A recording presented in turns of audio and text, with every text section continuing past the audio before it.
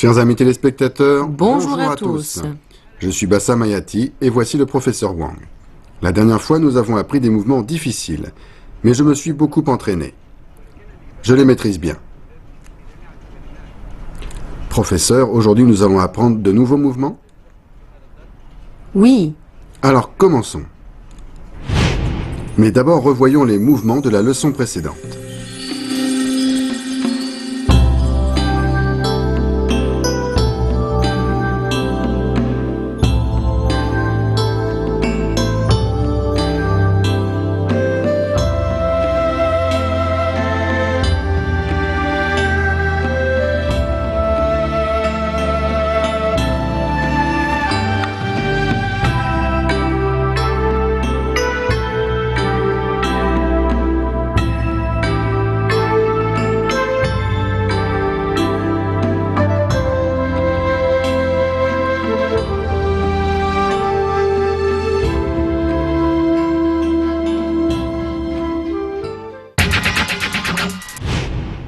Voici maintenant les mouvements que nous allons voir aujourd'hui.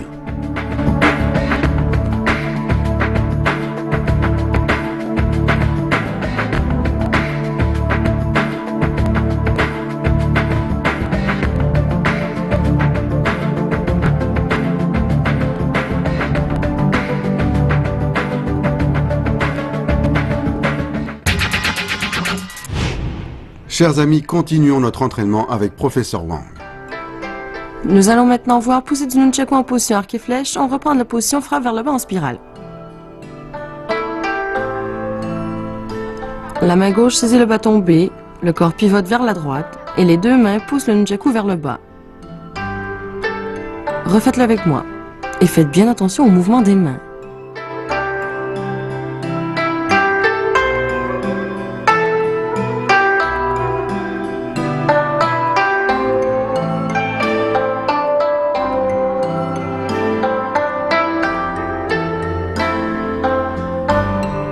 On continue avec le nunchaku dans le dos en position du petit T. On reprend de la poussée du nunchaku en position arc et flèche, en position. La main gauche vrille vers l'intérieur, ce qui fait faire un tour au nunchaku de l'intérieur vers l'extérieur. On ramène le pied gauche en position du petit T. Le nunchaku est placé derrière l'épaule droite, les yeux regardent devant. Bien, faites-le avec moi. Faites attention aux mains.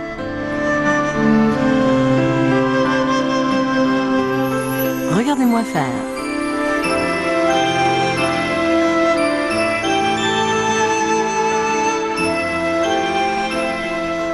On continue avec Suchin, porte son épée dans le dos. On reprend du nunchaku dans le dos en position du petit T. En position.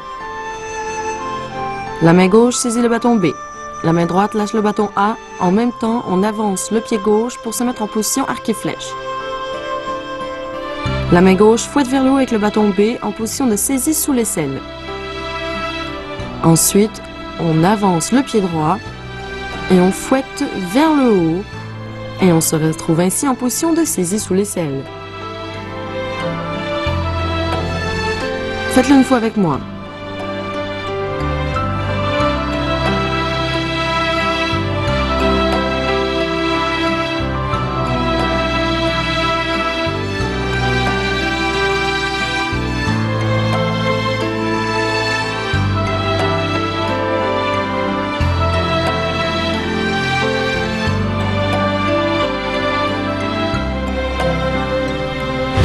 Pour la poussée du nunchaku en position arc et flèche, la main gauche saisit le bâton, on se met en position arc et flèche et on pousse des deux mains vers le bas en biais.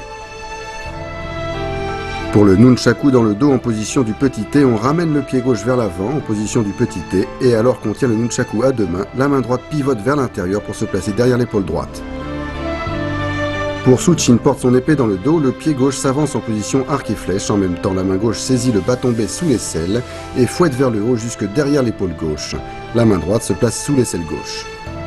Les mouvements doivent être rapides, précis et symétriques.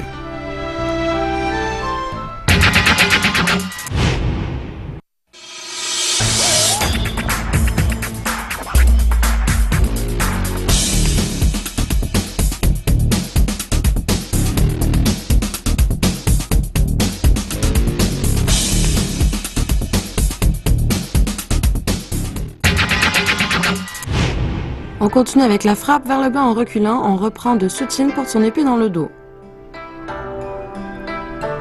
La main droite frappe vers le bas pendant que la paume gauche frappe vers l'avant. Le pied droit se recule en position du pas vide. La main droite soulève le bâton vers l'avant et saisit les deux bâtons.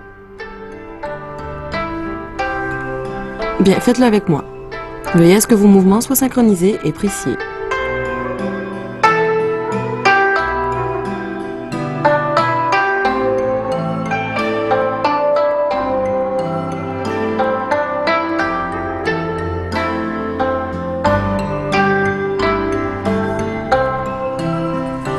On continue avec pression gauche-droite. On reprend la position frappe vers le bas en reculant. En position. Le pied gauche est ramené vers l'avant. La main droite va frapper obliquement vers le bas en saisie double vers la gauche. On avance le pied gauche et on frappe. Ensuite, on ramène le pied droit, puis on l'avance et on frappe obliquement en bas à droite tout en frappant de la paume gauche devant soi.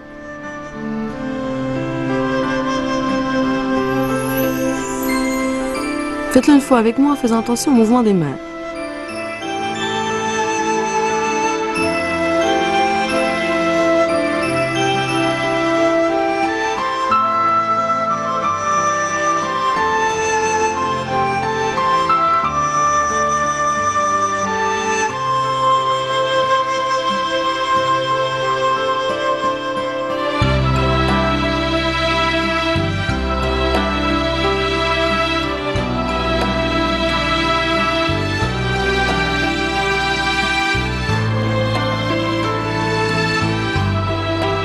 Revoyons tous les mouvements appris aujourd'hui.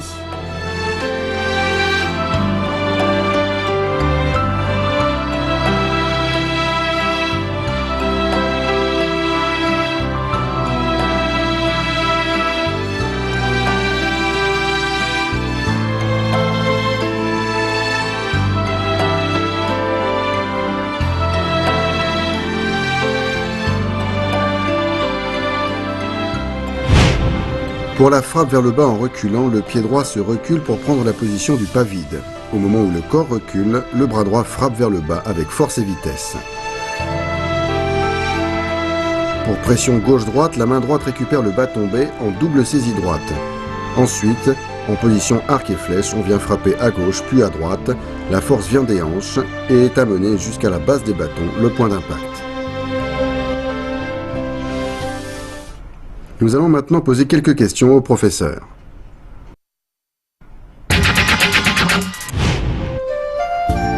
Professeur, en combat réel, comment réussir un mouvement de feinte et comment se créer des occasions offensives?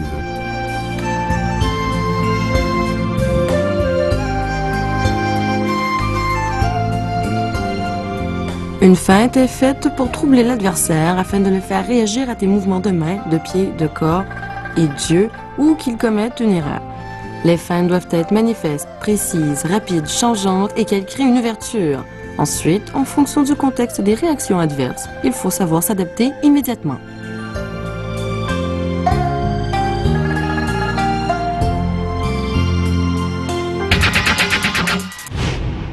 Aujourd'hui, nous avons vu des mouvements difficiles comme pression gauche-droite. Voici Bassam, je te regarde.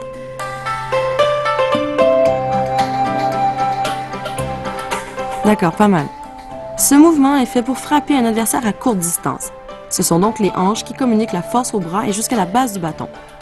Regarde-moi faire.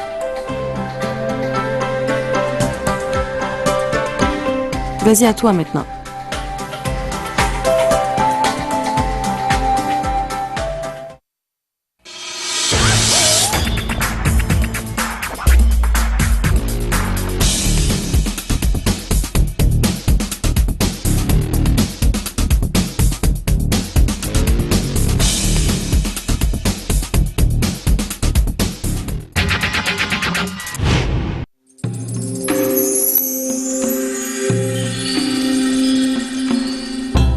Revoyons maintenant les mouvements que nous avons appris aujourd'hui. Pousser du nunchaku en position arc et flèche.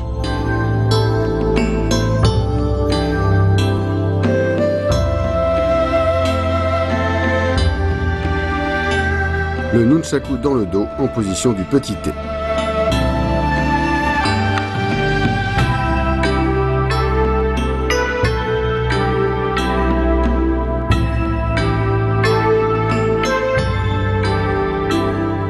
Suchin porte son épée dans le dos.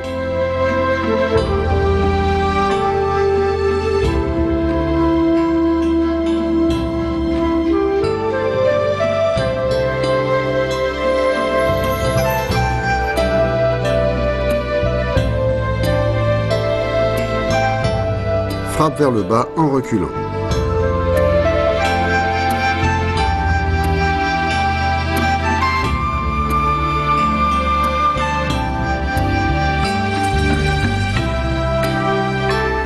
Pression gauche-droite.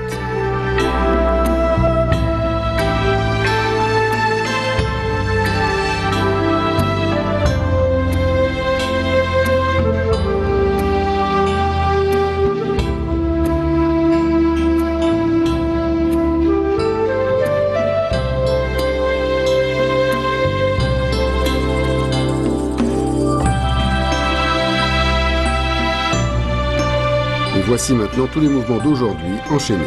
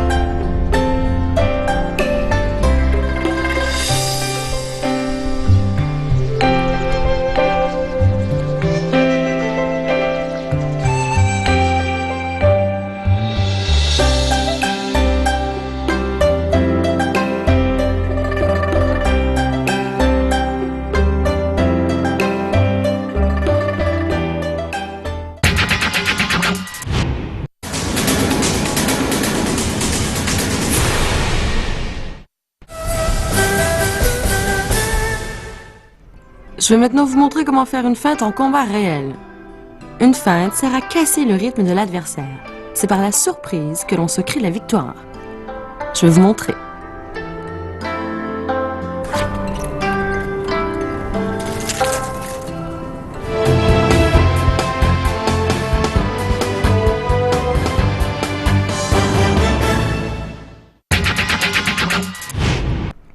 Chers téléspectateurs, vous avez bien appris toutes les techniques d'aujourd'hui.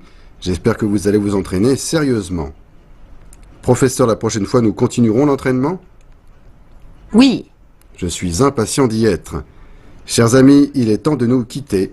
Rendez-vous la prochaine fois. Au revoir.